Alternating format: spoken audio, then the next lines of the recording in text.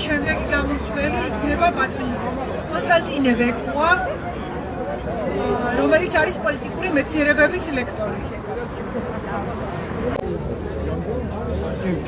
ეგზორციზმია საჭირო ცოტა აქ. არის ვენებენ, ხო? ისევე. მე მინდა ავიწყო ამ თავრებისთვის ხონდა ეს დაგეგმილი, მაგრამ ავიკითხავ იმ სიტყვებს, რომელიც აგვიბარეს და მომავლისთვის არის განკუთვნილი, დღევანდელისთვის არის განკუთვნილი.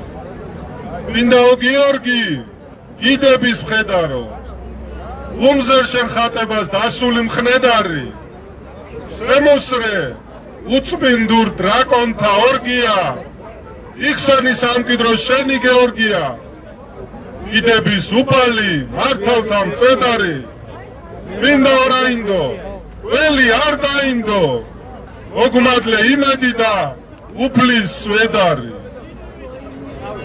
ცოტა უნდა გაუფერთხოთ იმ ცნობიერებებში შემოსული ეს ეშმაკები, ცოტა უნდა დაუფერთხოთ, იმიტომ რომ ეშმაკები მსხვერპლი არიან ისინი, ვინც არ ემსახურებიან საქართველოს და ემსახურებიან იმპერიას და ისიც კი არ იციან, რომ ის იმპერია მათ თავებს წააგლეჯავს, იცად რომ მოვა.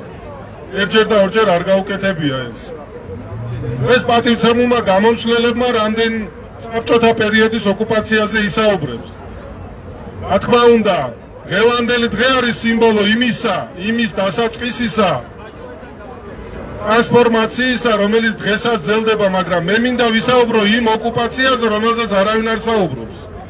იმ ჭრილში, რომელზეც არავინ არ საუბრობს. თეთრმა რუსეთის იმპერიამ 1801 წელს მოახდინა საქართველოს ანექსია და ოკუპაცია. იქ ირიბადერია ქართველების ხელი, მაგრამ შესრულება რუსებზე იყო. შემდეგ ამას მე-19 საუკუნე მოყვა.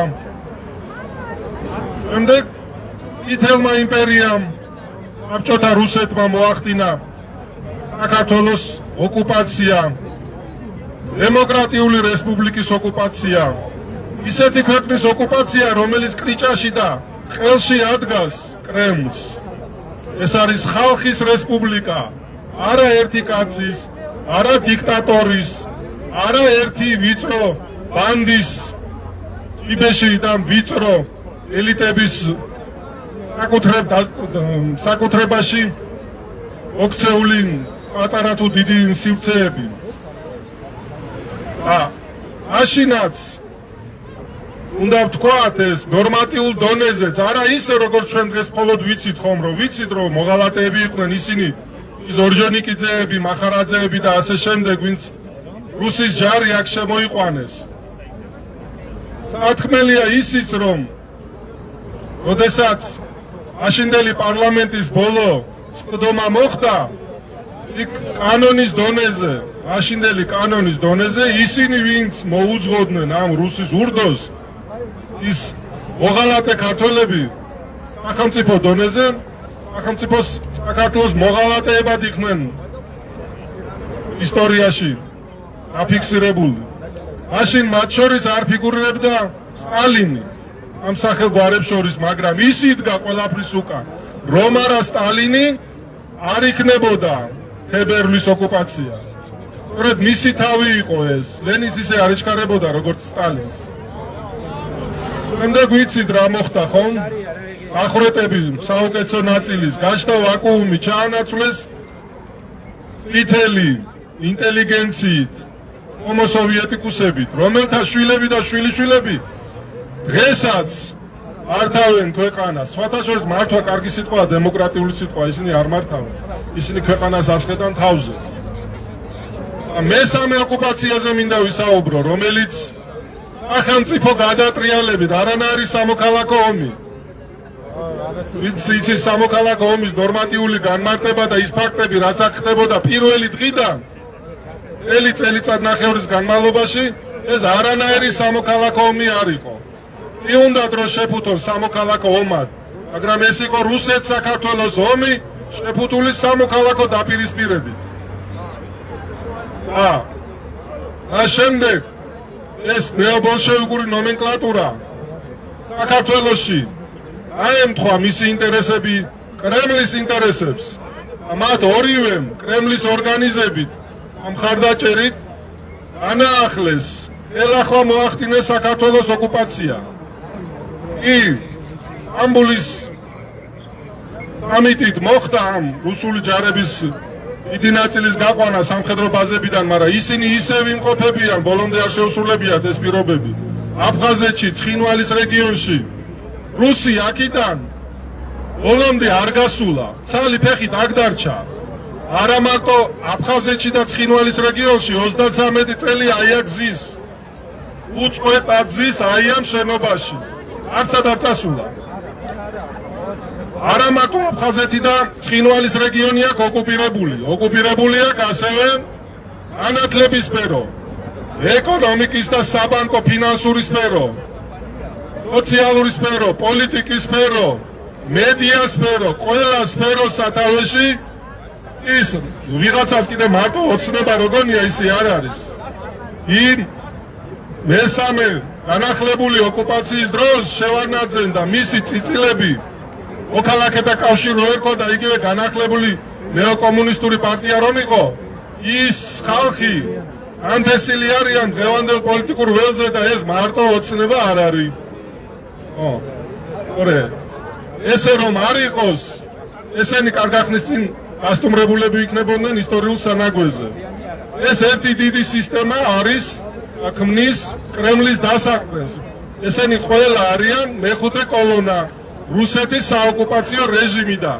სადამ ამათ ყველას ერთად არ მოვიშორებთ ოცნების თამადობით, მანამდე ხალხის საშველი არ იქნება. ქართული ხალხის საშველი არ იქნება. საგულისხმოა ის დეზინფორმაცია და პროპაგანდა, რომელიც პირველი დემოკრატიული რესპუბლიკის ოკუპაციის დროს მოაყოლა ბოლშევიკურმა რეჟიმმა. აქეთ დააბრალა მაშინდელ საქართველოს მთავრობას.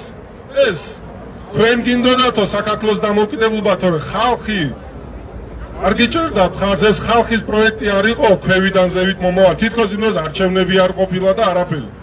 თვითონ მოვიდნენ და თვითონ დაარქვეს თავის თავს ხალხი. აგერ ეხლა ამ დღეებში ვხედავთ მარო მაყაშვილზე ავდადებული იყო, მაგრამ ცოცხალი თავით ვერ თქვა ის სიტყვა ერთმა, მეორემ, მესამეს, რომ ეს რუსეთია. მე მინდა შევახსენო მათ, რომელიც ამ საქმეს აკეთებენ. დღეს კიდე ერთ-ერთი მათი პროპაგანდისტული საცეცი გამოდის და სანქციებზე, ამ ბრიტანულ სანქციებზე საუბრობს. ცოტა მოგრძო ტექსტი გამოუშვა. აი ბრიტანეთის ადგილზე რუსეთის იმპერია რო ჩავსვა, მაშინ ყველაფერი სწორად დადგება თავის ადგილზე, მაგრამ მათ ძალიან კარგად იციან, ვინ არის ევრაზიის კონტინენტზე მთავარი გეოპოლიტიკური აქტორი. ამასინად კიდევ ტროტუარის საქმეზე სასამართლოში იგეხა შსს წარმომადგენლები არიან ახალგაზრდა, ვითომ ყოფნა ჩაცმული რაღაცეებში დატრენინგებული, მას სიქმისეული ცოდნა არ აქვს და ძალიან სერიოზული სახით გიმტკიცებს, რომ აიო ჩვენო კანონს ვასრულებთო და ისაო ბრიტანეთშიც ხომ არისო ისინი კაცრი კანონებიო. იმას კი არ ამბობენ, რომ იქ დემოკრატიის დაცვისთვისაა ის კანონები და აქ დემოკრატიის მოსაკლავა. ეს განსხვავებაა. და ის საცეციც, რომელიც გამოდის და რაღაცა ჭკვიანი სახით სიბრძნეებს აფქვევს, ამბობს, რომ ისაო ჩვენო იმიტომ დაგვასანქცირესო, რომ მეორე ფრონტი არ გავხსენითო და სანქციებში არ შეუერთითო იმას, რა ქვია, ხო? მსოფლიოს. იმას კი არ ამბობს, რომ იმიტომ დახურეს, რომ ის მათი ნარატივი, რაც ამ ტელევიზიებში, იმეჯი და პოსტივში ვრცელდება, ქართული თარგმანია რუსული დეზინფორმაციის და პროპაგანდის. ამასთან დაკავშირებით ანტიკრიზისულ პლატფორმას აქვს მუშაობა სხვადასხვა მიმართულებით, მათ შორის დეზინფორმაციასთან და პროპაგანდის წინააღმდეგ, სადაც ამოყენებული იქნა ევროკავშირის, ნატოს, ბრიტანეთის, აღმოსავლეთ ევროპაში, ბალტიის ქვეყნების, უკრაინის, ავსტრალიის, მათ შორის ამოცდილებები. ეს პროპაგანდა და დეზინფორმაცია უნდა დაამთავრდეს ამ ქვეყანაში, როგორც კი ყველაფერი თავის ადგილას ჩადგება. მე მინდა შევახსენო იმათ, ვინც მედროვეა და ძალიან კარგად იცის რა შვება, მაგრამ კარგად მინდა შევახსენო საბჭოთა გამოცდილებიდან, მანამდე კიდეც არისტული გამოცდილებიდან, რომ ვინც კრემლს ემსახურება, ის ბინძურ საქმეს აკეთებინებს საქართველოს წინააღმდეგ ამ მანქურ ქართველებს, მაგრამ როდესაც ამულიშვილებს მოიშორებს და წინააღმდეგობას მოიშორებს, მე მათაც მოიშორებს და არ დაინდოს ადრე თუ გვიან. ჭკუა თუ აქ გონს უნდა მოეგონდა საქართველო, ის ნამდვილი საქართველო. არაერთხელ მოუწოდებდა და ახლაც მოუწოდებს, რომ გონს მოეგონდა საქართველოს მხარეზე დადგნენ. ვარა თავსაც წააგებენ. არც არავინ იქნება მათი მშველელი. უნდა ნორმალური ცხოვრება საქართველოს, ნამდვილი საქართველოს ერფლიდან აგიზგიზებას და აღორძინებას უნდა შეუწყონ ხელი. მაშინ ყველა კარგად იცხოვრებს ამ ქვეყანაში.